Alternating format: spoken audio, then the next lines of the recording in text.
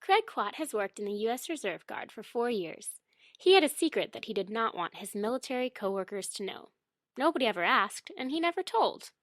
However, after the months of training and spending time together, he had to come out with his life's true passion and vocation. My name is Craig Quat. I'm 26 years old, from Somerset, New Jersey, and I am a juggler. It all started when Craig was 22. He took up juggling as a form of meditation to deal with the depression brought on by a collapsing relationship with his ex-girlfriend, which caused him to drop out of college. So I had some free time that I didn't have before. And if I sat around and did nothing, I would hate myself, and I would hate life. So I needed something to occupy myself, and that's when I started juggling. It was really, it became like a friend or a companion. They call it active relaxation,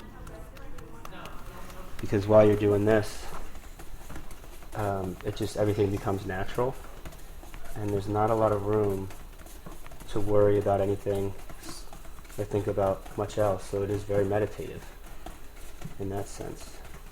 Most of the time Craig speaks, he is juggling. The rhythmic act is a natural extension of himself. He realized that he could use the therapeutic qualities of juggling that had helped him to help others. So he took his talent for circus arts and started his own troupe called the Band of Jugglers. They sought to bring joy to people's lives by teaching them how to juggle.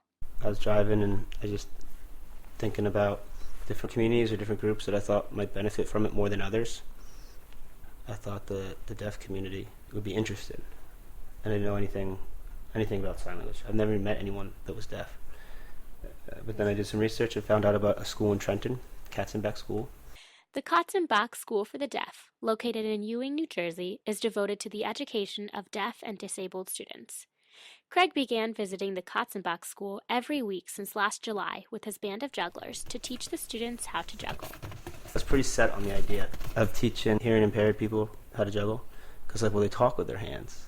So this would be like, to me, I thought it was like the equivalent of dancing with your hands.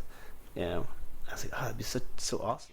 Because many of the students have other disabilities that prevent them from advancing in their juggling routines, Craig found a creative way to allow students to learn the patterns of complex juggling. Using recycled PVC pipes, Craig created 7 props that use gravity to propel the balls through the tubes.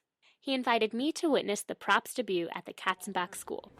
Before, you used to have to be an advanced club juggler to start messing with things like this, to be in the position where you can say, okay, now I can bring my mind to a place where I can explore these types of patterns and interactions with another person.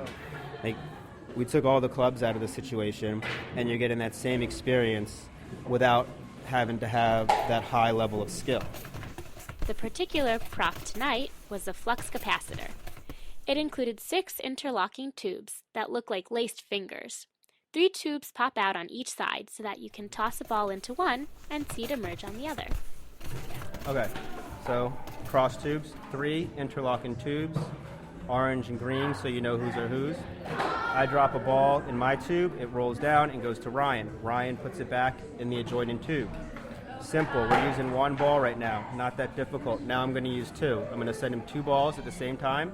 He's going to send me 2 back. After Craig played with Ryan, he let Ryan's friend join in.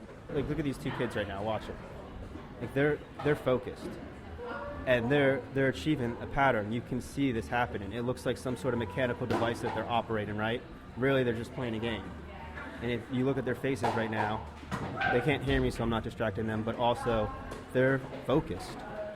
And they're working together as well. And it's silly, and it's pink, green, and orange, but it's pretty serious stuff right now. And you see all these kids coming by, they're all interested. Visually, aesthetically, it looks strange, it's different, from another planet, right? They're loving it. Success. As 20 deaf students focus on juggling and passing balls to each other in a colorful rec room, I asked Craig what the benefits of juggling are. While he tries to come up with complex answers like hand-eye coordination and object permanence, he stops. At the end of the day, he tells me, it's just fun. Good. Wonderful.